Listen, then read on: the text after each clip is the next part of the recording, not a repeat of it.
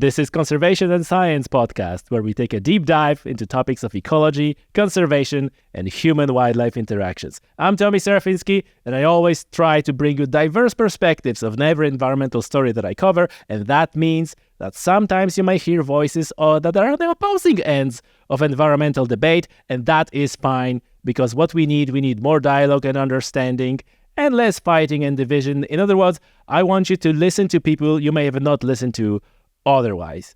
And today, our guest is scientist, adventurer, entrepreneur, and all those things are one man, Bert Terhart. Bert, welcome to the show. It's great to be here. I'm really excited to speak with you. I remember answering one of the questions, and one of the questions you originally put to me is like, I'm not exactly sure how all this AI and science or business stuff translates. And it's like, okay, well, I've done some other things. So that was pretty cool. I had fun writing that. So this is going to be great. Excellent. Listen, you would say like you wear many hats. You're a fellow of the Royal Canadian Geographical Society, explorer in residence for the BC Historical Society. You're a trained research scientist. You're a CEO on leadbrain.ai. You're founder of a Canadian interactive waterway initiative.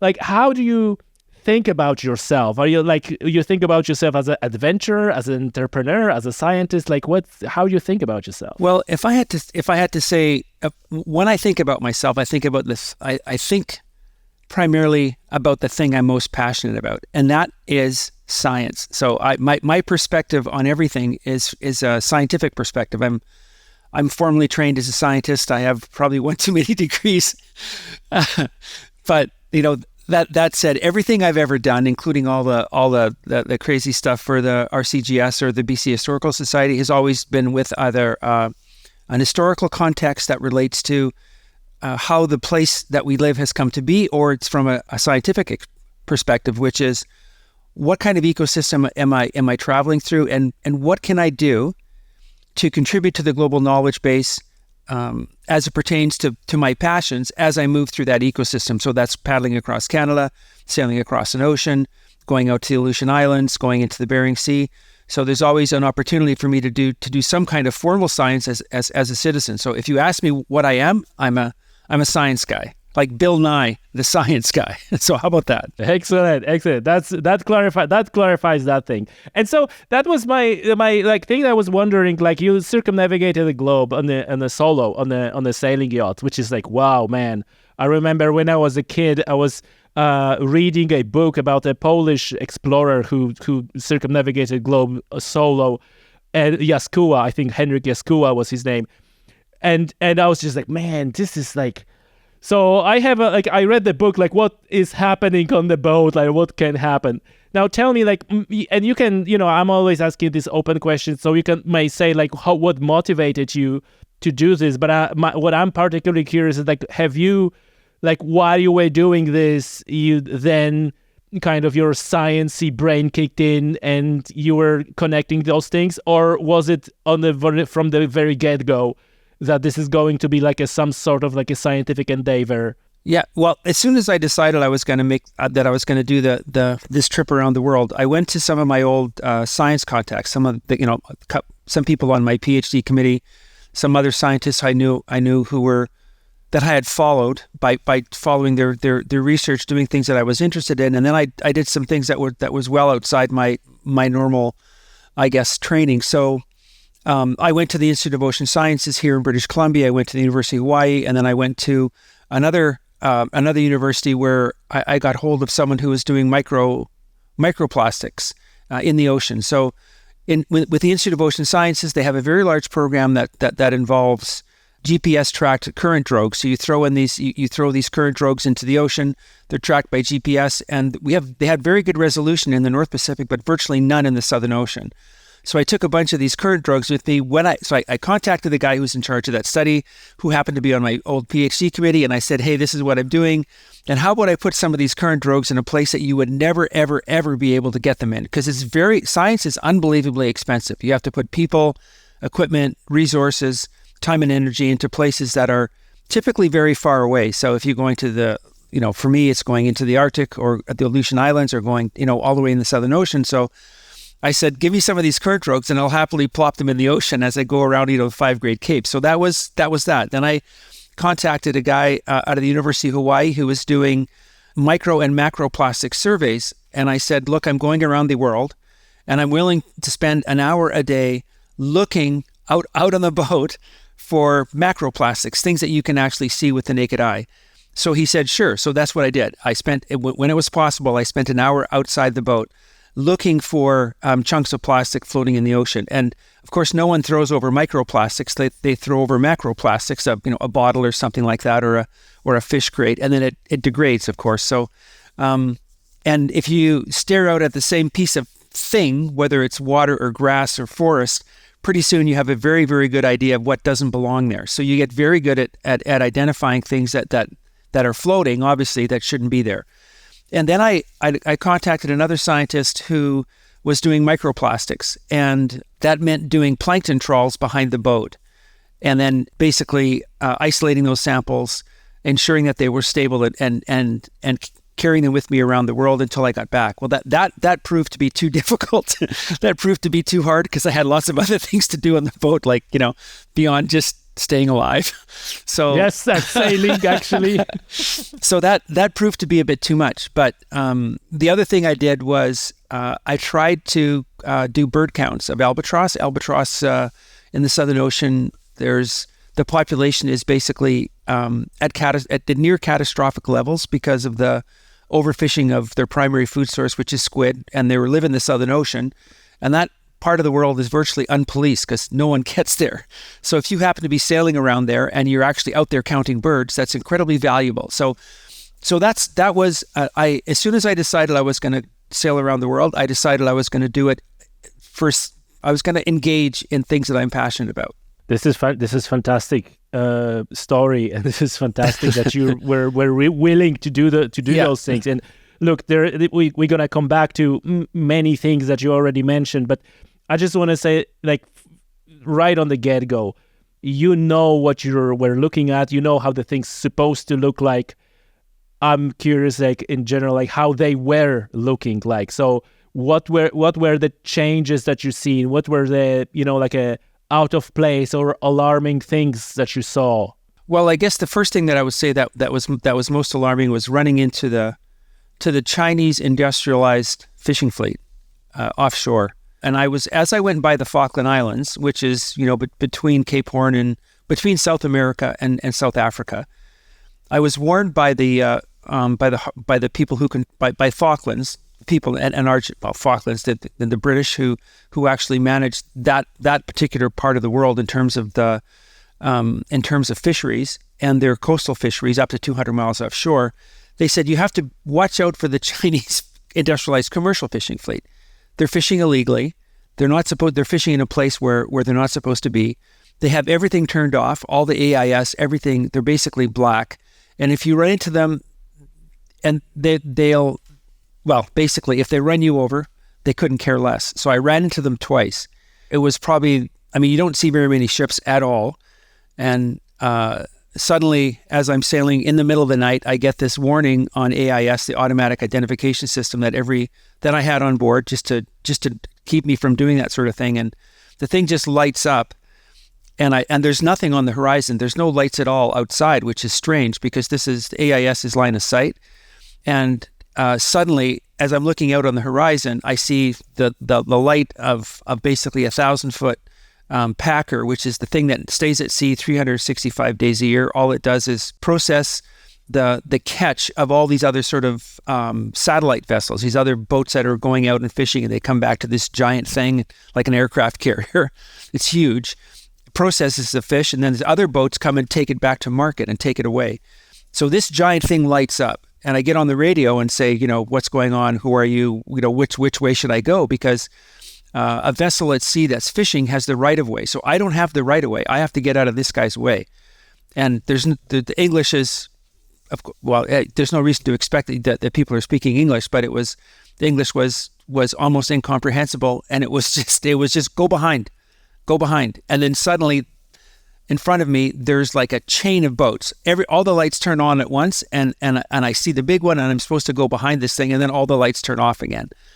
So it contravenes everything that's supposed to happen at sea.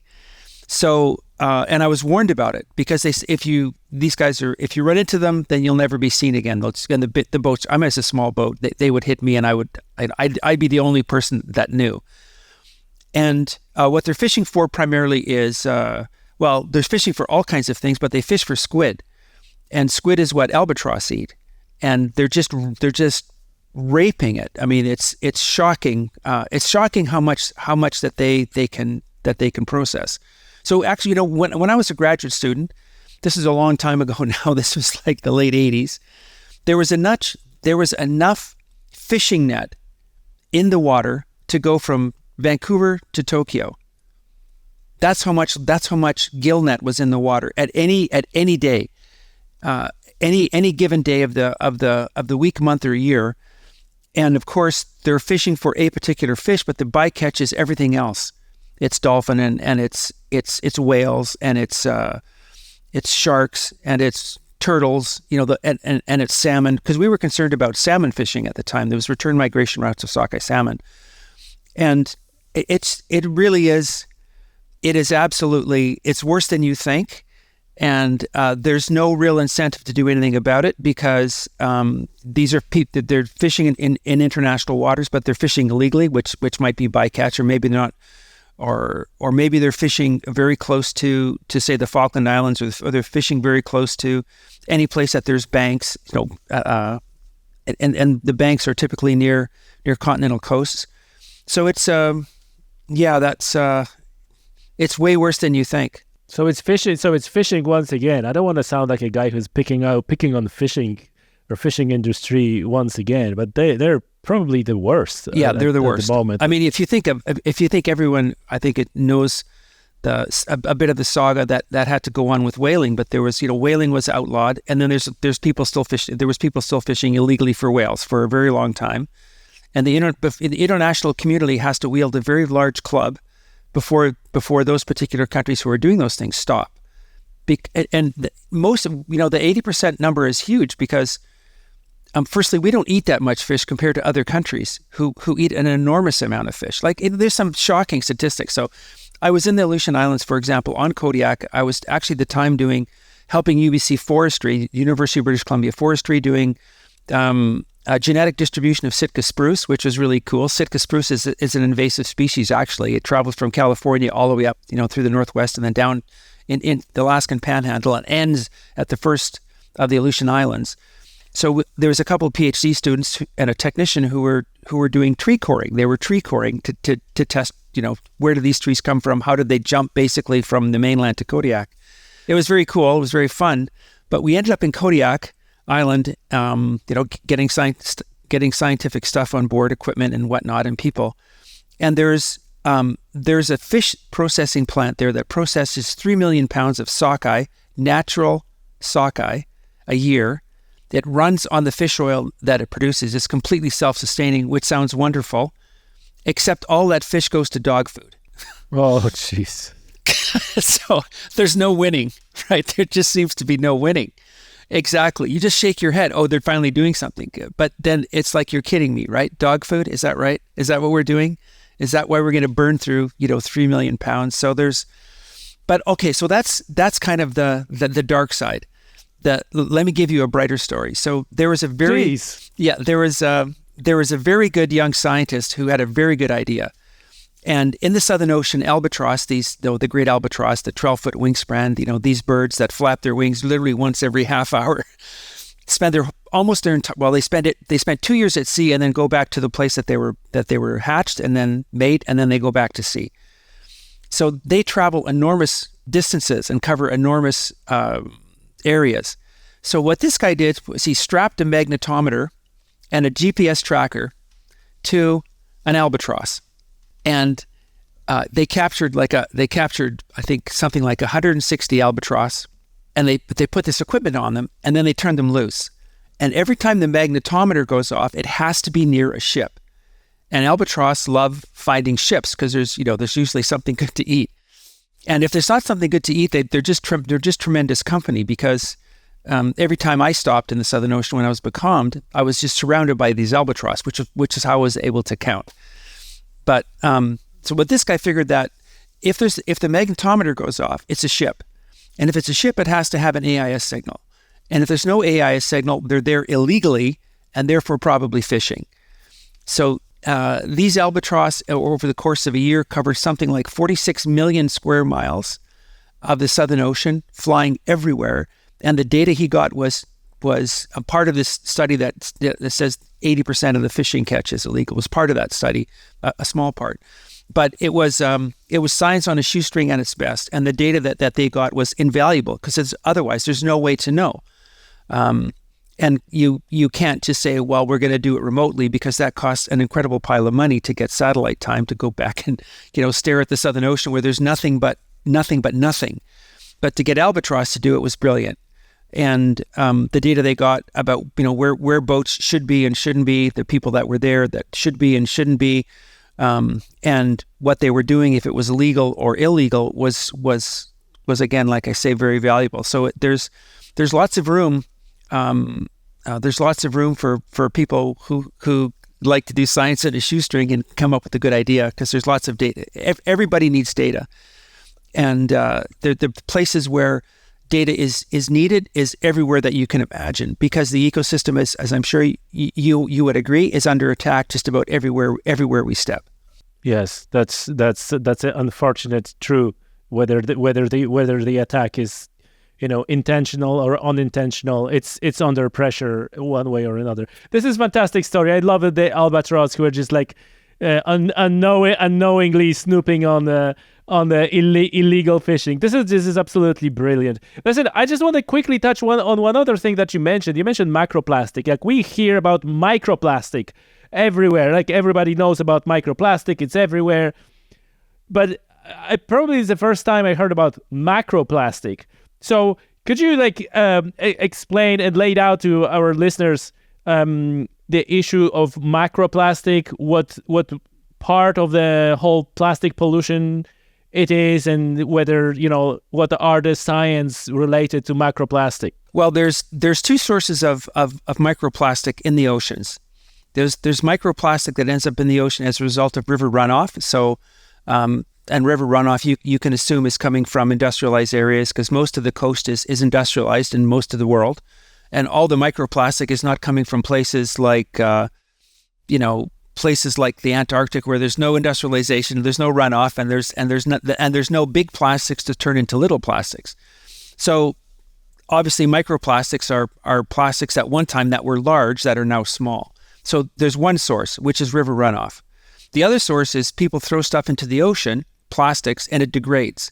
It degrades as a result of UV radiation, and of course, it's constantly being washed by the ocean. So the ocean is basically, it's salty, so and it's water, so it's a very good acid. Actually, it's very good bleach, which is why wood gets bleached. Which is you throw something in salt water and it ends up getting bleached. So there's the fact that the whatever you put into the ocean is attacked chemically, and then it's attacked radiologically by UV radiation. So the source of microplastic that comes in the ocean beyond river runoff is from ships at sea or industrialization where people are throwing big chunks of plastic into the ocean. And it's a massive problem because at any one time, there's 60,000 container ships at sea, 60,000. And they're concentrated on the shipping routes. They're not spread out over the oceans equally, they're spread out over the shipping routes. So on these shipping routes or shipping lanes, there's at least 60,000 container ships, there's the cruise ships, then there's everything, and there's all the fishermen who are fishing not necessarily in the shipping routes, but in their own specific areas. So in those places that are shipping routes or people are fishing, there's large ships throwing over large chunks of plastic. And there certainly isn't, there's international law about what you should and should not throw over the side, but there's regulation, but there's no enforcement. So, of course, the tendency is for these ships to throw stuff over the side. And the amount of stuff that gets thrown over the side of ships would shock you. There's places, like, for example, up in Haida Gwaii, I'm not sure if you know where that is, but it's a World Heritage Site, the UNESCO World Heritage Site off the coast of British Columbia. And there's no industrialization there at all. It's all been turned off. And the only plastic that ends up there is plastic that washes up on the beaches and it's exposed to the North Pacific. So as a volunteer, we would go there, or I would go there whenever I was in Haida Gwaii, and we would pick plastics up off the beach as part of a Canadian government paid for initiative. And every year we could take anywhere from 2,000 to 4,000 pounds of plastic off the beach in this one little tiny island group. And it's giant jugs of what used to be oil. Fishermen changing oil at sea. There's fish crates. There's net that goes on for miles. And there's tons of it.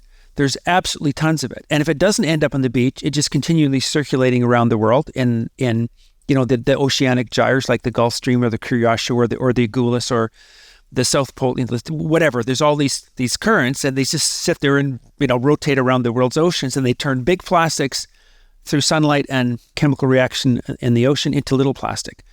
So there's these two sources, runoff and then big plastics turning into little plastics by people throwing things off ships. And it's a problem. It's tons and tons and tons, thousands and thousands and thousands of metric tons of plastic being tossed off ships every year. What's your take on this initiative, or this is a company, ocean cleanup? Because some even in the scientific circles are criticizing them. Some other people thinking this is the best thing ever. What's your take on ocean cleanup? Well, I think the balance is somewhere in between the two. I think this notion that there's a giant sea of plastic floating in the ocean the size of Texas is a fallacy. It doesn't exist. So if you create a problem, if you create a solution to fix up the giant floating island of plastic, then the problem doesn't exist. So I'm not exactly sure what you're fixing. But the idea that there has to be some way for us to well, I hate to use the word vacuum because that would then imply that there's a concentration of it. But there has to be some way for us to deal with the plastics that gets tossed over the side. And sadly, even though there's a tremendous there's thousands of metric tons of plastic being tossed over the side, the oceans are very, very, very large beyond imagining. So even if you only see, let's say that you see, one chunk of plastic every half a square mile. Well, half a square mile, if you imagine, you're sitting in a place that's 500 kilometer or 500 meters by 500 meters, or half a mile. Yeah, sorry, 1.6. So say 800 meters, right? And there's one piece of plastic in this 800 meters by 800 meters square. You would almost never see that.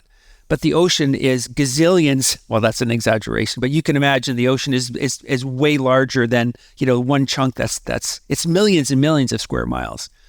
So this one piece of plastic in an 800 meter square ends up being a mountain of plastic.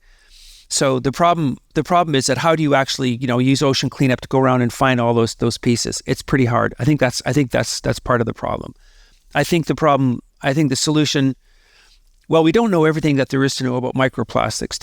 I've heard there's some other research that would say that maybe the problem is as bad as it is, or we think it is. I'm not sure. I'm convinced by that at all. But I think the future is getting up, using some sort of material that's plastic-esque, that degrades or becomes completely soluble in ways that don't harm the environment.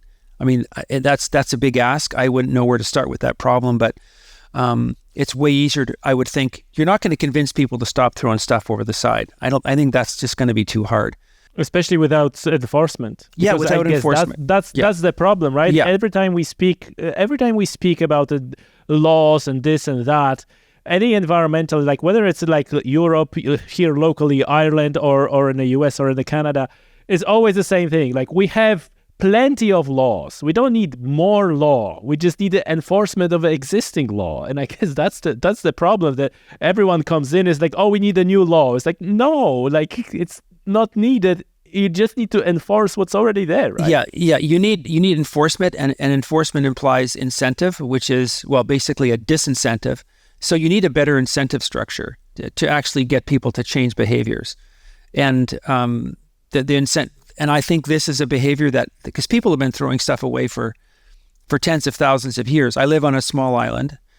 First Nations people have been here for maybe 2,000, 3,000, maybe 5, who knows, probably more, closer to 5,000 years.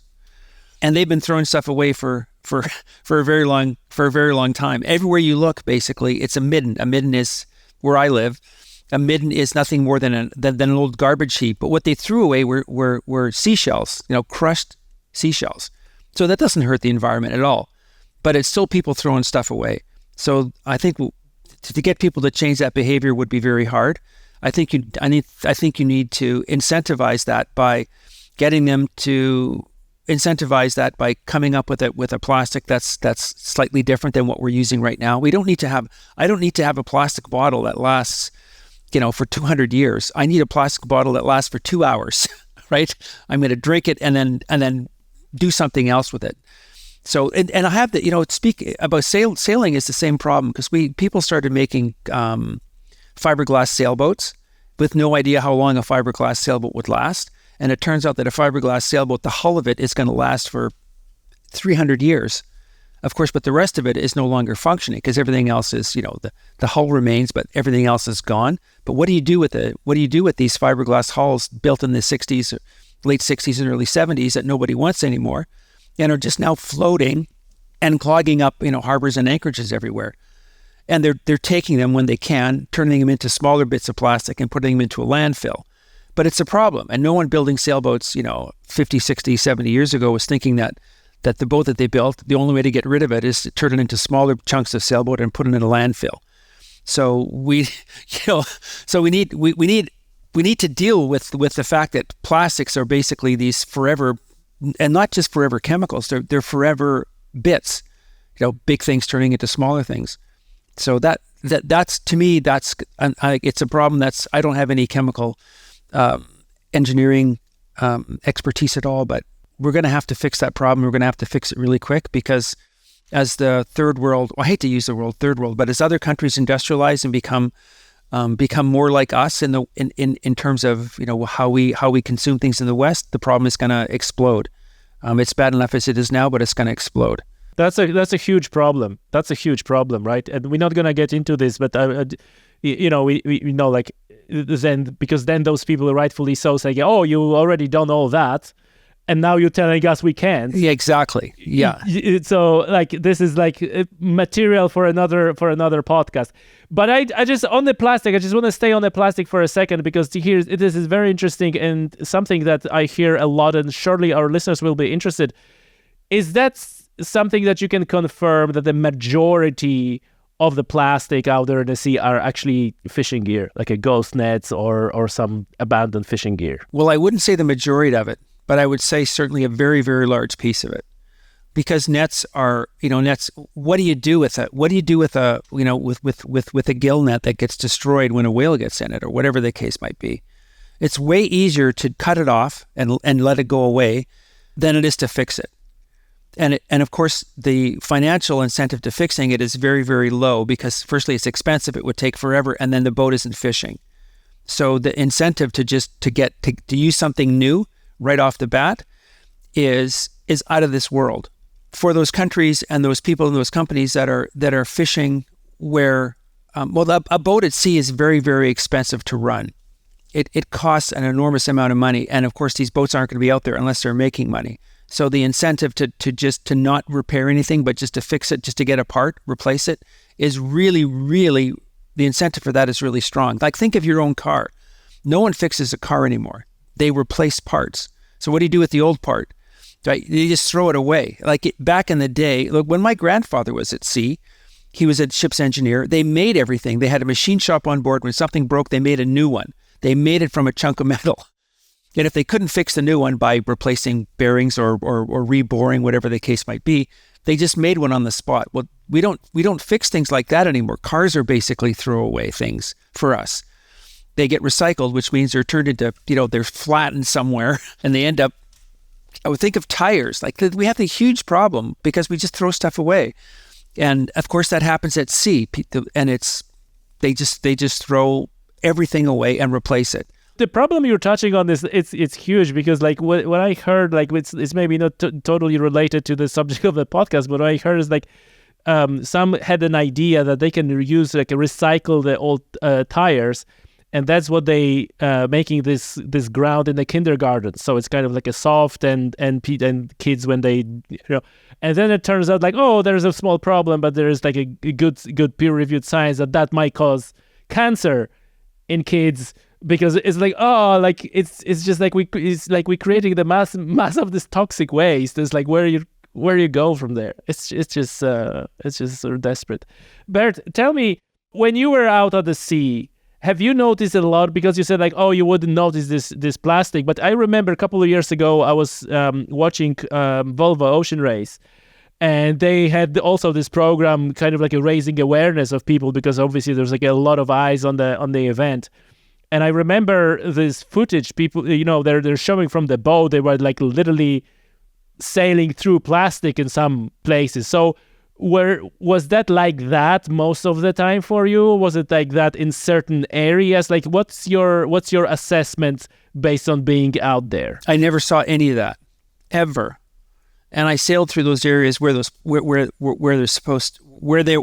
was alleged to be. But the Volvo Ocean Race, it's a staged race, so they go in stages from one basically continent and place to another. So they're approaching very large cities like Shanghai, Rio de Janeiro, Melbourne. So as you approach those places where there's a lot of ships and like a lot of commercial ship traffic, a lot of fishing traffic, because all the fish are concentrated on coastlines along the continental shelf primarily. Well, I shouldn't say that primarily, but certainly the fishing is most productive anywhere on the continental shelf and the continental break.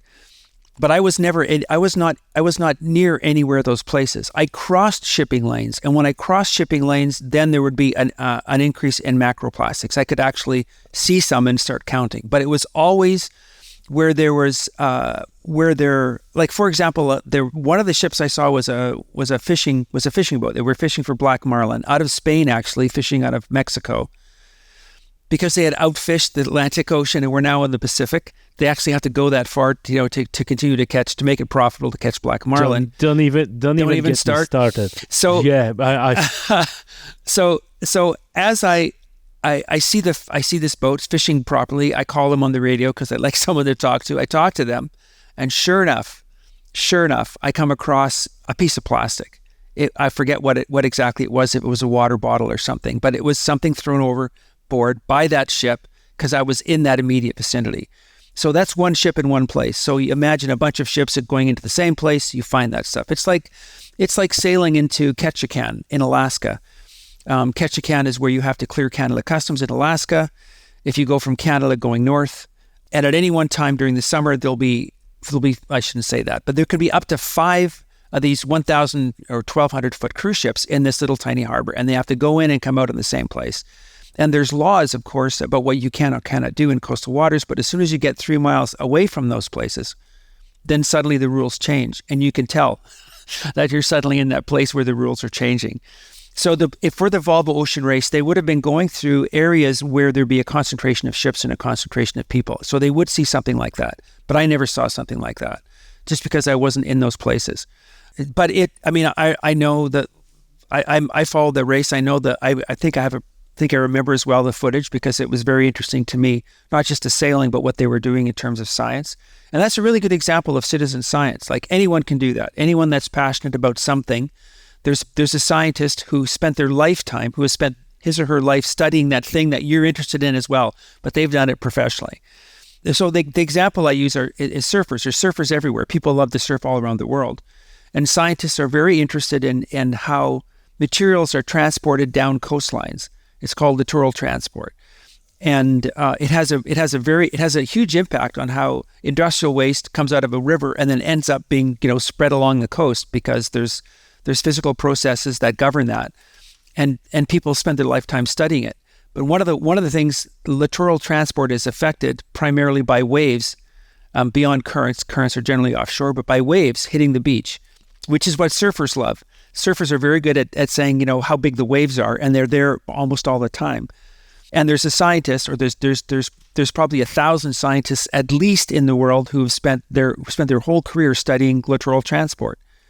So if you go surfing, you can say, well, the waves today were 6 feet or 8 feet, or breaking 100 meters offshore, 200 meters offshore. that's incredibly valuable to someone who's studying littoral transport. So there's a way to combine something you're passionate about, and surfers tend to be very passionate. They go out and, weather's horrible. They're out there all the time. They're out there all times of the year. And then they're just literally looking at the data that the scientists are just craving and absolutely need. So there's two ways. There's always a way to combine things that you're crazy in love with a scientist who's crazy in love with the same sort of thing. And listen, we're gonna come back to the citizen science, because we talk about this as well. Like, for example, anglers, and even like in Ireland, like our fisheries islands, they have like an app. Like you said, anglers are out there. They're rain or good and bad weather, and they just data that they gather or tagging fish and so on. It's just incredible. Listen, Bert, I just want to switch gears for a second to something that is dear to my heart, and which is a policy making. And you spoke about policy making, the impacts of policy making, impacts of poor policy making. And I am questions I'm asking to various guests, and I'm pondering myself, how to connect, or how to make the policy makers making quote unquote good decision, right? And this is already loaded, because like, what is good decision? And this is like a story that I shared on one of the episodes when one of the scientific conferences, I was sitting next to a policymaker, person who is a policymaker, and after a few glasses of wine, the conversations open up, and I was just like, my God, right? And that was on the scientific conference, so that person was there to listen to scientists, what they're saying, right? But the takeaway was like, essentially like, all those scientists, they don't know how to make odds. It's just right. So you can, again, it's a very open question. Not even say it's a question, it's a discussion point. But I am curious from your experience, like, what are the best ways to talk to policymakers, to incentivize them to make a right decision? Or maybe it's not about policymakers, maybe it's about their bosses. But because in fact, my take on this, and you may correct me if I'm wrong, is like, the policymaker, they don't care about science. They do the service to their boss, and their boss needs to be elected in 4 years. Yeah.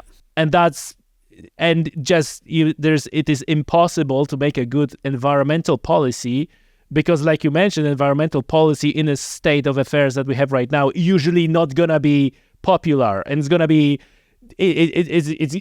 inconvenient, and no politician wants to do inconvenient things, because they know next 4 years they out. How to even approach this problem?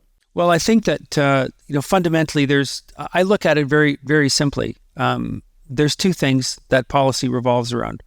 One is something that sounds good, and the other is something that does good.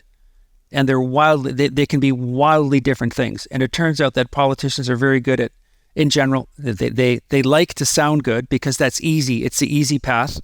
But they very rarely want to do good, because doing good is hard. It's hard to disincentivize, behaviors that are hardwired, or disincentivize behaviors that are financially rewarding. So you have to, it's my responsibility. I view it as my responsibility to engage with good policy, and then not just engage with it, but amplify those policies in any way that I can, which is to bring people's awareness to things that aren't doing good at all. And they're all around us. Like, we hear politicians or policymakers sounding good all the time. And it's not rocket science to figure out if that's actually doing good. Sounding good and doing good. Like, if we weren't able to differentiate as a species between those two things, there would be no humans walking on the planet. Because if you're embedded in nature, truly embedded in nature, then nature is unforgiving. It doesn't tolerate in any way, shape, or form bad policy. I cannot decide that I'm going to go sleep naked in the forest, for a week, because in 2 days I'll be dead. Right? That's just bad policy. It sounds good. I'm going to go out and hug trees for the next, 7 days straight naked, but it doesn't do any good. It doesn't do me any good, and it certainly doesn't do the tree any good. And bad policy, you can also engage with bad policy badly, which would be, for example, throwing paint on a Van Gogh painting. that's you're engaging with the bad policy in a way that doesn't make any sense, because you're not bringing awareness to the policy. You're just bringing awareness to yourself. So I don't like that kind of activism because it doesn't do any good. It only turns people away. It certainly turns people away who might be sitting on the fence. And the vast majority of people are sitting on the fence because they don't exactly know, or maybe I shouldn't say they don't know. I think that's unfair. I think that they haven't been given enough information to say, okay, this is sounding good, but it's not doing any good. So when you find, and you can't solve every problem, but you can be engaged in those things that you're passionate about. So I'm engaged. I love the water. That's been my formal, that's consumed me formally and informally, because I'm an oceanographer by training. I paddle a canoe, sail a boat. I'm always on the water doing something.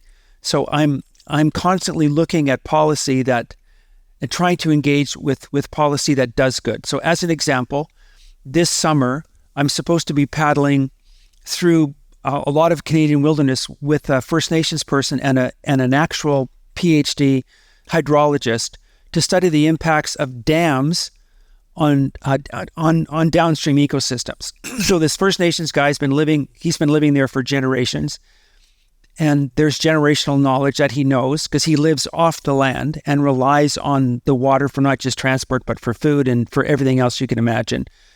And there's a hydrologist who actually knows, something or two about dams and how they work and what they're doing, what they're trying to achieve. So they're paddling a great big chunk of the Canadian wilderness, taking data, making observational data as citizen scientists, one formally trained as a scientist and one citizen scientist, to try to get an understanding of what the policy is and the impacts of that policy by Canadian government on, closing the dam and opening the dams to generate electricity. So there's good and bad policy about how that process, about how they do that, because they have to generate electricity. Do they let it, and there's if you do it poorly, then you're basically just flooding everything downstream 3 times or twice a day and destroying everything. Or you can come up with a more measured approach. So they're engaging in something that does good around a policy that doesn't sound good. So it's a perfect example of what you can do in a very focused way, because you can't be involved in everything. There's just too much.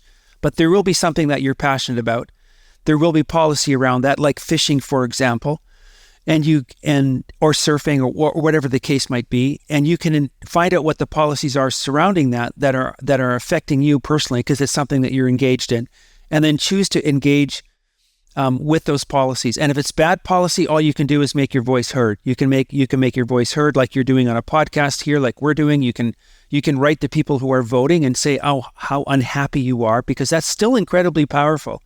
There's nothing more powerful than a politician getting a letter from a constituent who excoriates them for being a jackass and calls them out. Like, you voted for this. It's ridiculous. Why did you do that? Like, why are you selling out?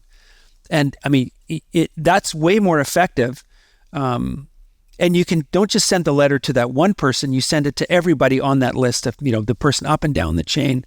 And then people become accountable for what comes out of their mouth and what they're doing. And that's the only way that I know of to engage, formally as a citizen scientist, and then formally as a constituent, and then informally, like we're doing here, around policies that you disagree with. That's a good point, to engage in a positive way, and we said it many times on this podcast. Like, write to your politicians. Send a letter, send an email. Like, do something, but just like, excuse me, my word, bitching on social media doesn't cut it. It's to be taken one step further. Bert, listen, I have a question for you. You're an entrepreneur as well. Leadbrain.ai. Tell me, how do you navigate the complex landscape between being an entrepreneur and doing business and using technology, and on the other hand, we all heard about like how all those technologies are affecting the environment, and especially with AI now, massive data centers. There's water for cooling, the power for powering all that thing. Tell me, like, what's your take? Because it's a little bit counterintuitive. You coming from this environmental angle, and yes, you're doing like a business here, which is obviously like everybody needs to live and do the business. So that's a genuine question: how you navigate that landscape, both in a practical matters and also in your mind. Well, I think let me take one step backwards. And we're talking about AI, but it takes 5,000 liters of water to make a pair of jeans. Think about that. I mean, in Canada, we have the largest, probably the largest reserve of fresh water, but lots of First Nations people live in this country without access to clean potable water as you and I would have access to it. Sure, they can drink water out of the lake or the river, but most, neither you nor I would generally, go down to the lake and get a bucket of water. So this idea of extraordinary resource usage is all around us. It's not just in AI. It's literally in the pants that you wear. Like 5,000 liters of water to make a pair of jeans seems excessive, not to mention the fact that ships are traveling around the world, because a pair of jeans is assembled in one place, but all the bits and pieces come from everywhere else. And it comes on a giant ship fueled by some of the worst fuel oil you can imagine. So I heard that some of the factories are not built in certain areas because water is too bad, and that water is a drinking water, but the industrial factories and stuff need better quality of the water. The other one was that to make like a chips, the amount of like thousands upon tens of thousands of cubic liters of water every second using those things. It's just madness. It's crazy. Like, it's crazy talk. Like the cloud, this is about a year and a half ago now. The cloud at that time used more electricity than Japan. So okay, how do you square those kinds of things? We have enormous problems. And large language models, speaking specifically of AI, are able to solve very, very complex problems. So if you think of a protein, and think of the drugs. Drugs are very expensive to make. It involves an incredible expenditure of time, energy, and money. And time, energy, and money translates into enormous resource usage, like I'm talking about electricity and heating and all those kinds of things. But proteins are very complicated. And there's about 1 billion different ways, at least for a protein to wrap itself into a shape. And it's basically a key. And a drug basically is a synthetic. So think of the protein natural as a lock, and a drug basically is a key to the lock. So they have to match perfectly, and that's very simplistically sort of how that works. But it's almost impossible for a human to come up with the billions and billions of combinations to that particular lock. AI does it in an hour. So we will see advances in technologies that have to deal with chronic degenerative diseases like cancer, like Alzheimer's, that are drug related, that we would have taken basically decades, if not centuries, to solve, that AI can do in an unbelievably short amount of time, because it can just create all these combinations basically in a heartbeat. So there's tremendous upside.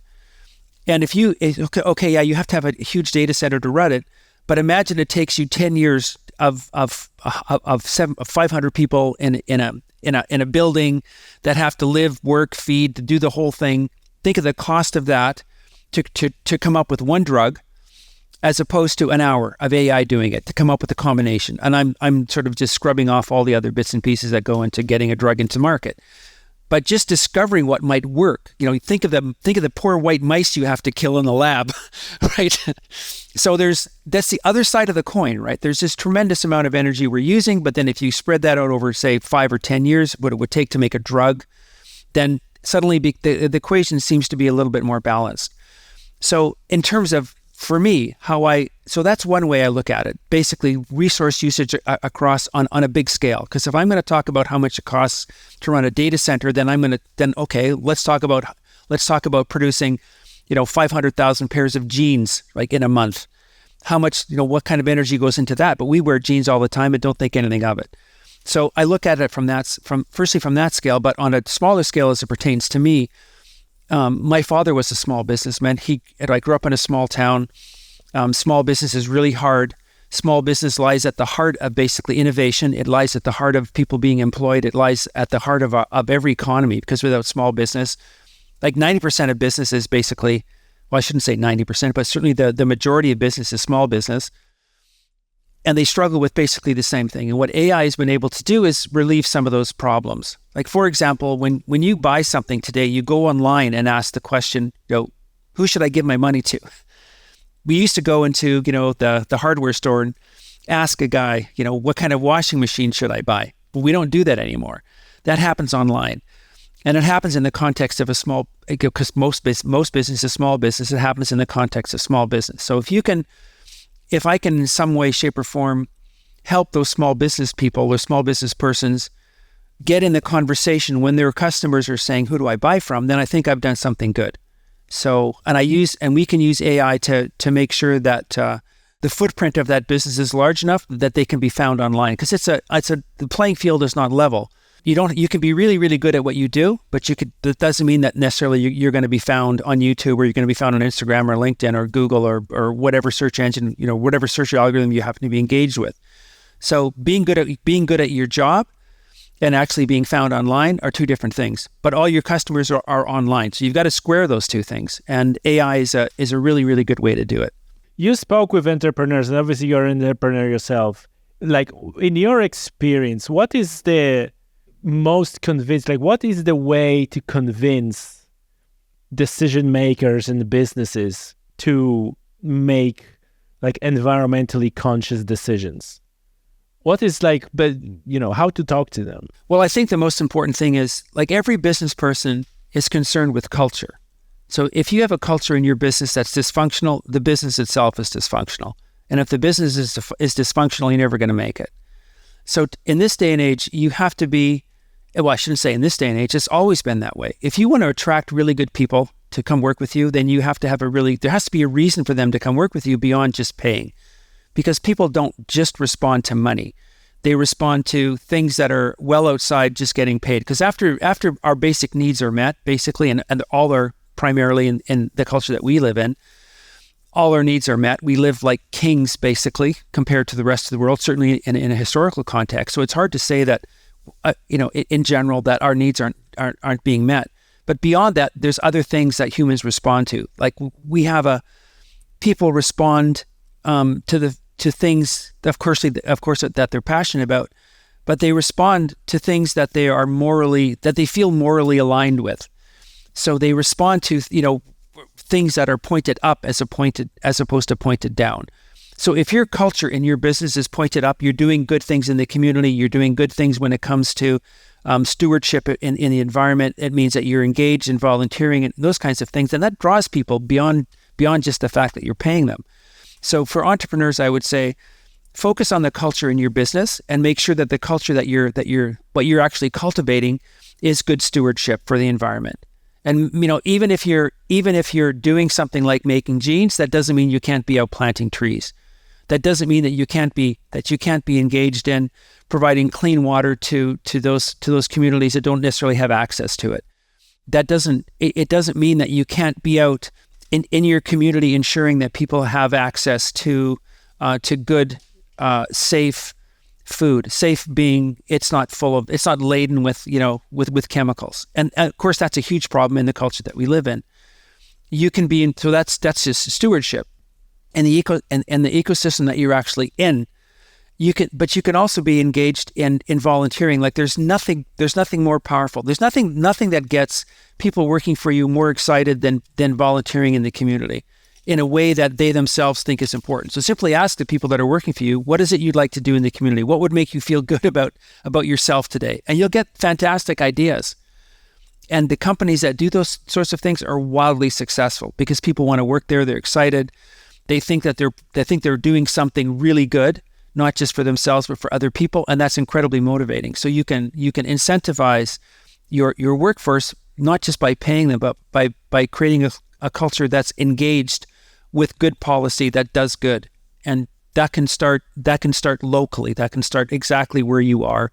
And then of course you'll have a voice if you do that, and you can use that voice then to lever the people who are supposed to be making policy decisions by writing to them as a group, saying, okay, there's a letter here that's signed by everybody that works for us, and we're unhappy about what you're doing because we think what you're doing sounds good but isn't doing any good, and here's why. And you should probably rethink that. That's a very good answer, and that actually answered my other question that I had, because sometimes you have those, but you have those initiatives that sound good, like I'm going to use your words, they sound good, but they're not doing any good. And, I'm wondering how to engage with those things, because on one hand, my day job is in IT, is in a tech. And I, for example, listen about AWS, who are just boasting, we this many percent powered by renewable energy, and we, do all those things. And this is it sounds like it is pointing up, and people say, oh, this is great, right? But then you're approaching that from the environmental perspective, and it's okay, so how does it work? Is that through subsidy companies, the subsidy companies are buying peat bog, which is carbon sink and should be left alone, and they're building big freaking wind farms on those peat bogs, and they're becoming net carbon emitters because of a service road needed to build those things, and so on and so forth. And all that is so you can then say from the stage, we like this many percent, renewable energy. But the damage you've done to the environment to say this, so, we call it greenwashing. And so this is one part that I'm saying, but then there's another angle that I said, they got to start somewhere. For so many decades, that was not even in the picture. So now this is in the picture. Is it not good that this is in the picture? Because they got to start somewhere. And, I don't know if you have, I'm sure you have some comments on this, but I'm just wondering this, how to engage with this, on one hand, call them out on just blatant greenwashing. And then on the other hand, maybe actually the more productive approach is just to support or engage positively with this, because this is a start, it might be a start of something actually positive. Yeah, I think that's exactly the way to look at it. Is the way to look at it is that they're on the path. At least they're pointed up. So firstly, they have to invest money and the infrastructure into making a change, and that's a very big deal, right? Because big companies are, imagine Amazon has to somehow change direction, right? Or they've think of the machinations of a company that big that has to move, because the inertia behind it is enormous. So once they start to move, that's the hard part, is getting them to move. Then now the problem is to accelerate that. So okay, you've moved in a positive direction, but that isn't enough, right? Because wind farms aren't the answer. Solar isn't the answer. The energy density is just not enough to power the demand that we have for energy. The demand that we have for energy is going up exponentially, and we need very, very, very power dense solutions to providing the energy that we're gonna need. And solar and wind is basically gets everybody moving in the right direction, but it's not the solution. There isn't, the solution to power the cloud, for example, is not to cover a landmass the size of the United States with windmills. That's not a good solution. It is a solution, but it's not a good solution. It sounds good, like you say, because it's green, but it doesn't do good.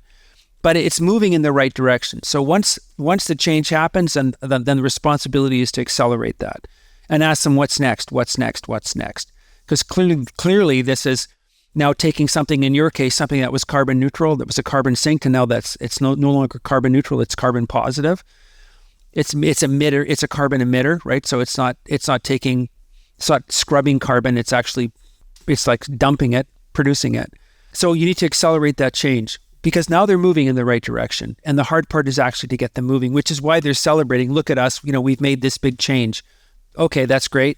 It ain't enough. You got to go just a little bit farther, but you're moving in the right direction. They need to be celebrated in that regard for making that change, but then you can't take your foot off the gas and let them off the hook. Well, maybe letting them off the hook is not the right way to say it, but you just can't take your foot off the gas to encourage them to continue down that path in an accelerating manner to keep up with the demands that they're actually with the demands that their own industry, their own companies are going to be creating.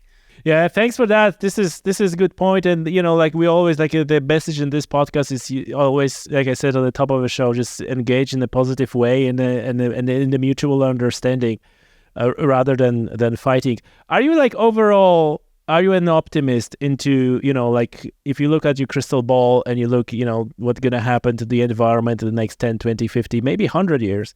What do you see? Do you see the good picture? You see a bad picture? Do you think we are just as good as done? Or do we have a chance? Oh, I think I'm very positive, to be frank. Humans are very, very good at adapting, but we're terrible at mitigating. So one of the ways to differentiate good and bad policy is to understand the difference between mitigation and adaptation. And we have First Nations here. I mentioned them a couple times in this country because we live quite close to Aboriginal peoples in terms of proximity, but then in terms of temporally. Basically, you have pre-industrial age cultures, clashing with industrial age cultures, and that's whenever there's a boundary, you obviously have friction. That's where everything happens. So they have this marvelous history of that goes back 10,000 years of adapting. So think of people living, the Inuit people living in Greenland or all across in the Arctic, the Arctic from Russia all around to Canada, Denmark, Iceland. Maybe certainly Iceland, I suppose. And the people that have been living there have adapted to that environment. It's probably one of the harshest environments in the world to live in, but they were beautifully adapted to living there. And they did it with tools that you and I wouldn't look at a tool like a thorn. Can you imagine sewing your clothing with a thorn? And you're sewing through seal hide and moose hide and elk hide and caribou and wolf and everything under the sun. But their clothing is unbelievably good. So they're really good at. We're really good at adaptation. Look at the Dutch people. building. There's no one out there telling the North Sea to stop rising. That's happening. They're not going to mitigate, rainfall into the ocean by seeding clouds or whatever the case might be, or de-seeding clouds, I suppose, if such a word. They're just going to build. They're going to raise the dike a little bit, which is mitigation. Rising sea levels, who knows why? We're not going to worry about that. We're going to raise the dike.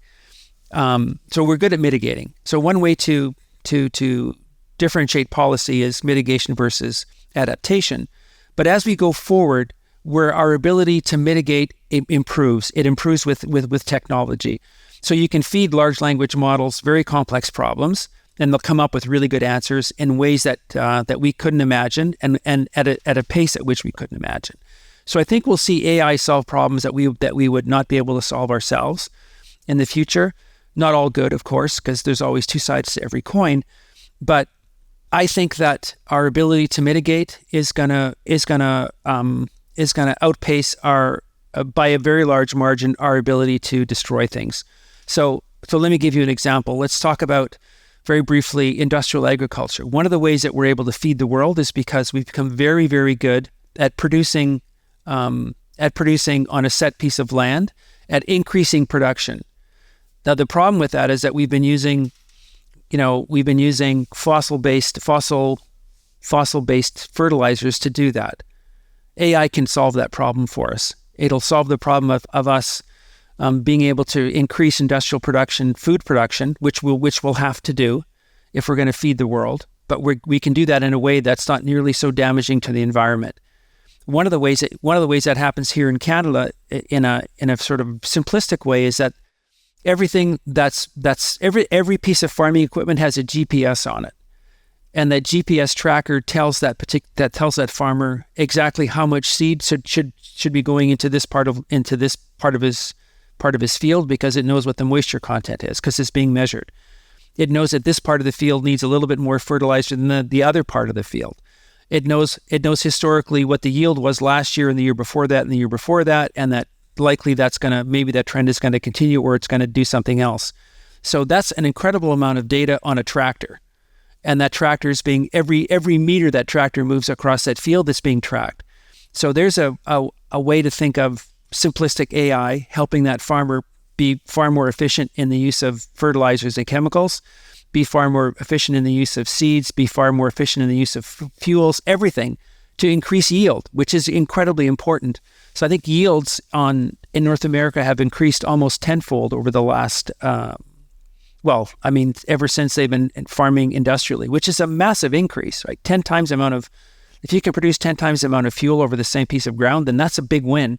And if you can increase that again, and there's no reason to think that that can't happen, because you can be far more efficient and you can be far better at what you're doing. So if you can increase that again, but reduce the environmental impact, that's a huge win. And so I'm optimistic about things like that. I'm optimistic about using large language models to come up with better policies around fishing. So I love to fish, love to fly fish actually. So and I don't remember the last time I've eaten a fish I've ever caught, because anyway, but I love to fish. So I'm always on the river. And the one thing that drives me crazy is the lack of enforcement. Like you were describing, for people who are fishing, there's lack of enforcement, but there's a fishermen by and large tend to be, at least it's a vocal voice, because people that like fly fishermen they're making huge strides in turning rivers into catch and release only. They're making huge strides into helping fish come back to fish populations to increase by encouraging governments to create waters that are controlled or classified, which reduces impact. And AI can help with that, because it can take a large amount of data and then feed it into basically a global knowledge base and come up with better decisions on how best to manage or to classify or to control access. So I'm optimistic almost across the scale, but that doesn't mean that we're not going to have big problems. We will have big problems, but we'll be able to wield bigger and bigger hammers, as it were, to solve those problems.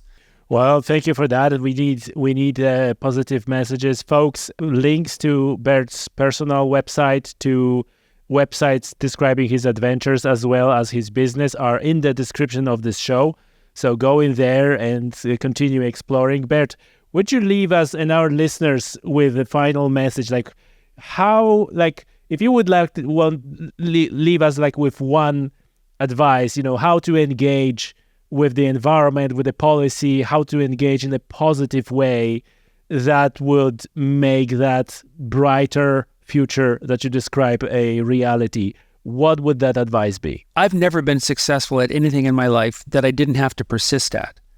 So if you want to be successful in business, you have to persist. You want to climb a mountain, you have to persist. You want to sail around the world, you got to persist. Paddle across a continent, you got to persist.